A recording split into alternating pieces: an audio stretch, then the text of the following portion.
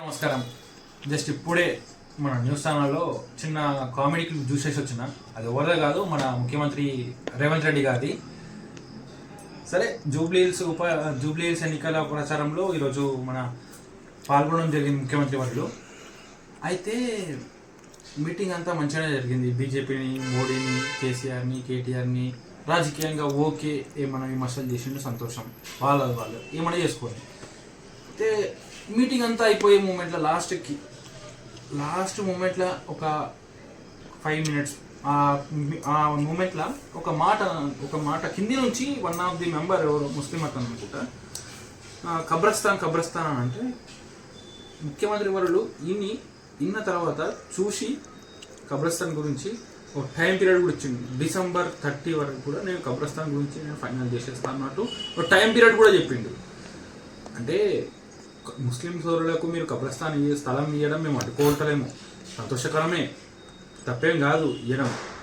కాకపోతే ఇప్పుడు ముస్లిం సోదరుల పైన అయితే నువ్వు ఏమాత్రం దృష్టి పెట్టినావో అదే దృష్టి హిందూ దేవాలయాల మీద దాడులైనప్పుడు ఎందుకు పెట్టలేవు? అంతెందుకు ఇప్పుడు నువ్వు ప్రచారం చేస్తున్న జూబ్లీహిల్స్ నియోజకవర్గంలోనే జూబ్లీహిల్స్ పెద్దమ్మ గుడి 80 గజాల జాగాని ఏదైతే ఉన్నదో గుడి, ఆ గుడి విషయంలోనే నువ్వు నోరెందుకు లేపలేవు? నీ ప్రభుత్వం ఎందుకు లేపలేదు? నీ కాంగ్రెస్ ప్రభుత్వం ఎందుకు లేపలేదు? ఇప్పుడు ఈ జూబ్లీహిల్స్ నియోజకవర్గం ఎన్నికల్లో నువ్వు ఏ విధంగా పోయి హిందువుల ఓట్లు అడుగుతున్నావు? ఏ ముఖం పెట్టుకొని పోతున్నావు? నువ్వు కావచ్చు, నీ కాంగ్రెస్ పార్టీ కావచ్చు, నీ కాంగ్రెస్ పార్టీ మంత్రులు కావచ్చు, ముఖ్యమంత్రి నువ్వైనా సరే, హోంమంత్రి అయినా సరే, ఇంకా హోంమంత్రి నువ్వేమో కదా, ఎవరైనా సరే పోనీకే ముఖం ఉండాలి. హిందువులకు స్పెషల్గా సింధూర్ ఉన్న హిందువులకు ఓటు అడగడానికి మీకు సిగ్గుండాలి. అండ్ ఇంకోటి మన హిందువులకు కూడా చెప్తున్నా, ఇవన్నీ చూసినాక కూడా మన హిందువులకు కూడా సిగ్గు ఉండాలి.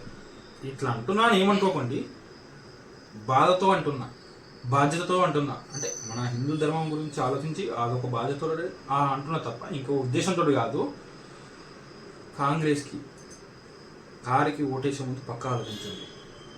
కేటీఆర్ కూడా మొన్న ఎవరికి కండువ కప్పిండో మీరు చూసారు కదా, మంచి కేసులో 32 ఉన్న కేసులో ఉన్న వ్యక్తికే కండువ కప్పిండు. అట్లాంటి వాళ్ళకి ఎందుకు మనకు ఓటు వేసాల్సిన అవసరం లేదు.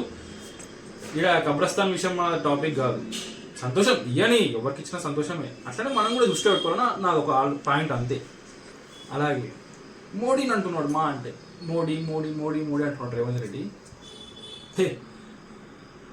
ఆయన ఏ మీటింగ్లో పోయినా సరే, ఏ స్టేట్కి పోయినా సరే, ఏ దేశంకి పోయినా సరే, ప్రతి దేశంలో ఈరోజు ఈ సంస్కృతి తెచ్చిండు. ఆయన ఏ స్టేట్కి పోయినా సరే భారత్ మాతాకి జై అంటాడు. ఆ ధైర్యం ఆయనకు ఉన్నది. నీకు భారత్ మాతాకి జై అనే ధైర్యం నీకుందా? రేవంత్ రెడ్డి గారికి అంటున్నది.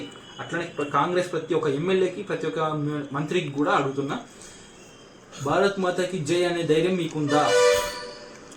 అంతెందుకు ఈరోజు మీటింగ్లోనే అనలేకపోయినావు. 30,000 మెజార్టీ ఇచ్చి పంపినా అని అడుగుతున్నావు, కానీ భారత్ మాతాకి జయన్ ముగించిన ఆయన నీ ప్రసంగం లేదు. అది కాంగ్రెస్ పార్టీ అంటే. ఇప్పుడు గుర్తుపెట్టుకో, భారత్ మాతాకి జై అంటే ఏంటో నీకు తెలియకుండొచ్చు. ఇప్పుడు చెప్తున్నా, భారత్ మాతాకి జై ఇది మోడీ ప్రసంగంలో పక్కా చివరిగా మాట్లాడే మాట ఇది. భారత్ మాతాకి జై విను, భారత్ మాతాకి జై.